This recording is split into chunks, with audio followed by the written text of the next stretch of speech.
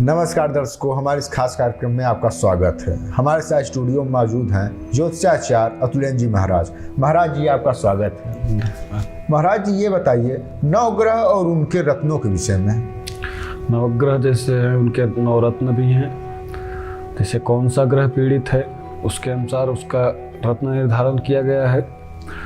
अगर आपका मान लो कि सूर्य ग्रह पीड़ित है जी, तो सूर्य ग्रह के लिए माणिक रत्न की व्यवस्था की गई है। वह माणिक रत्न आपको कैसे धारण करना है, किस दिन करना है और किस समय करना है। जैसे कि सूर्य ग्रह है तो सूर्य का दिन आपका रविवार का दिन माना जाता है। रविवार के दिन आप उस माणिक रत्न को रवि की होरा में पहनना होता है। होरा का समय एक निश्चित किया जाता है, चेंज होता रहता है कभी कभी नक्षत्र व ग्रहों की चाल के कारण जी।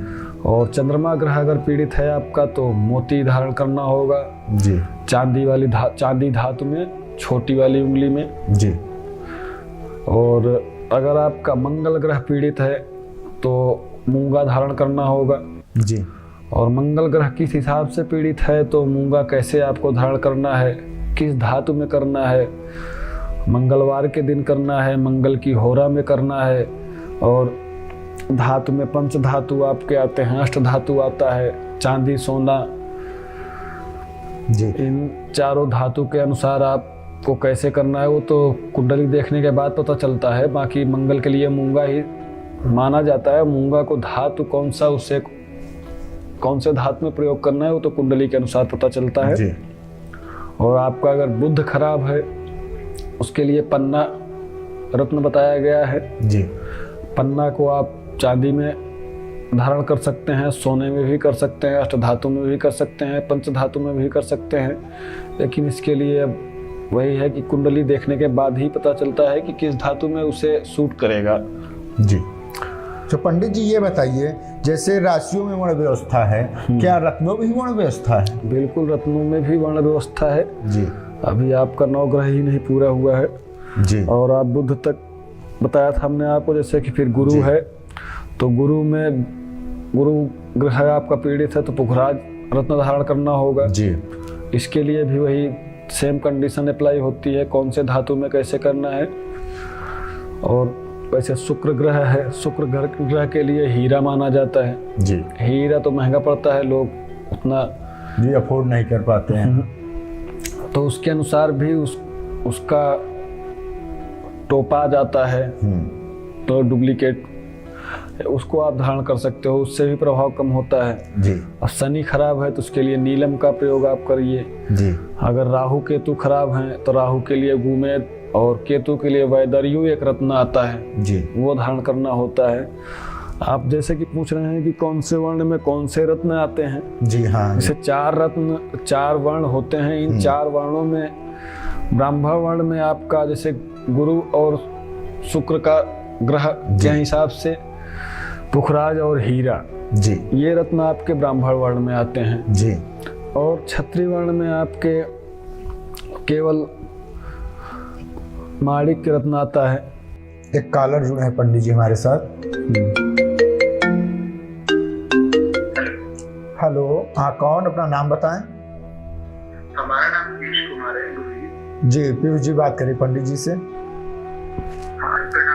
जय हो जी। पीयूष जी बताइए क्या जानकारी चाहते हैं आप? सर मैं गुरुजी में ये कहना चाहता हूँ कि मैं जब भी एग्जाम देता हूँ कोई भी कंपटीशन का जी, तब कट ऑफ से गुरुजी मैं 1-2 नंबर से हमेशा चूक जाता हूँ। डेट ऑफ बर्थ बताइए आप अपना। गुरुजी हमारा डेट ऑफ बर्थ है 8/6/98। 8/6/98। टाइमिंग क्या है? क्या गुरुजी? जन्म का समय आपका बर्थ टाइम? सर गुरुजी भोर में। भोर में कितने बजे आसपास? 4 से 5 के बीच में। ओके। जन्म का स्थान किस शहर में आपका जन्म हुआ था? जिले का नाम बताएं। जिला बिहार में हुआ था, रोहतास जिला।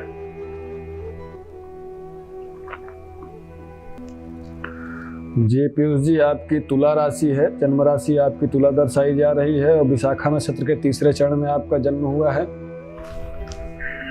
तथा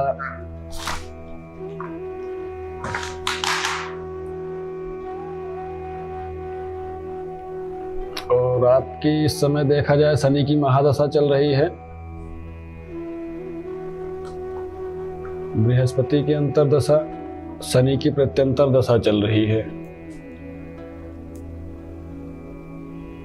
गुरुजी शनि आपका जो है वक्री चल रहा है इस समय, हानि वाले भाव में शुक्र के साथ बैठा हुआ है। जैसा कि आपके कार्यों में रुकावटें आना, आपका कार्य बनते बनते बिगड़ जाना, मानसिक टेंशन ज्यादा रहना, चिड़चिड़ापन होना, ये सब स्वाभाविक बात हो गई होगी। इसके लिए आप अपना शनि शांत करवाइए। साथ साथ बुध भी आपका अस्त चल रहा है,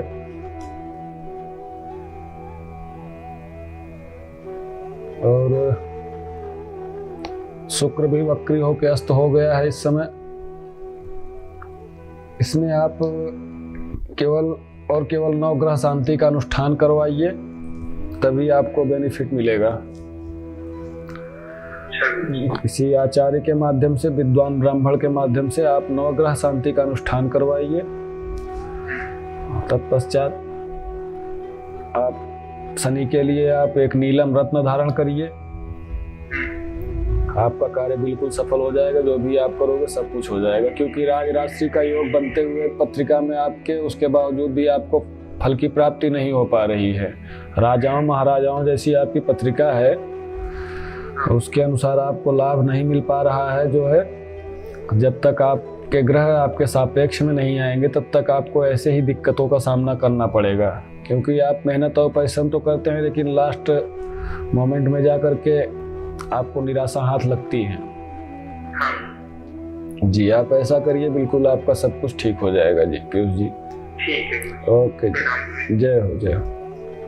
पंडित जी, जैसे हमारे कॉलर का फोन आया था, उन्होंने पूछा मैं एग्जाम देता हूँ और 1-2 नंबर से पीछे रह जाता हूँ, तो उसके लिए क्या रत्नों के माध्यम से उसका समाधान हो सकता है? अगर नॉर्मली ग्रह अगर पीड़ित है तो रत्नों के माध्यम से समाधान हो सकता है। जैसे एकाध ग्रह पीड़ित चल रहा है तो उसका, जैसे कि शनि पीड़ित था, गुरु पीड़ित था, शुक्र पीड़ित था, बुध भी पीड़ित था जी, तो काफी मात्रा में ग्रह पीड़ित हैं, तो उसके लिए एक रत्न तो काम करेगा नहीं जी।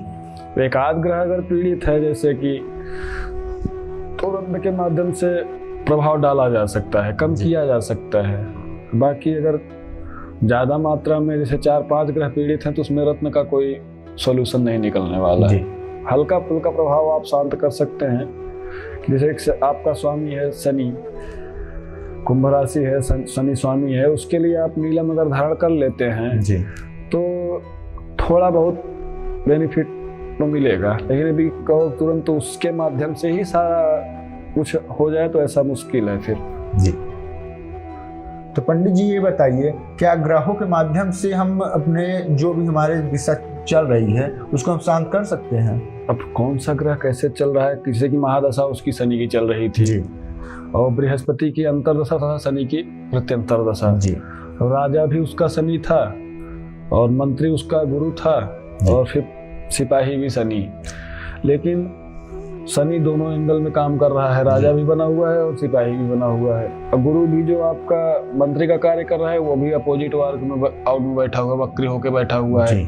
तो जो कार्यकाल चल रहा है उस कार्यकाल के अनुसार अगर सारे जो आपके संरक्षक हैं जी वो विपरीत दिशा में कार्य करेंगे तो स्वाभाविक है कि आपके साथ विपरीत कार्य आपका होगा ही होगा। कितना भी आप पॉजिटिव करेंगे लेकिन निगेटिव होना है वहाँ पे जी। तो पंडित जी बताइए, इसका नॉर्मली समाधान क्या है? जैसे कई ग्रह खराब हैं तो उसके लिए नॉर्मली समाधान नवग्रह अनुष्ठान करवाइए अब जी, या तो हर ग्रह के हिसाब से हर दिन आप कुछ न कुछ दान करिए जी, तो ऐसा ही हो सकता है समाधान, और तो कोई व्यवस्था है नहीं जी। तो आप हमारे सामने नंबर फ्लैश हो रहा है, इन नंबरों के माध्यम से पंडित जी से जान सकते हैं ग्रहों के शांत कराने के लिए क्या उपाय करें। नमस्कार पंडित जी। नमस्कार।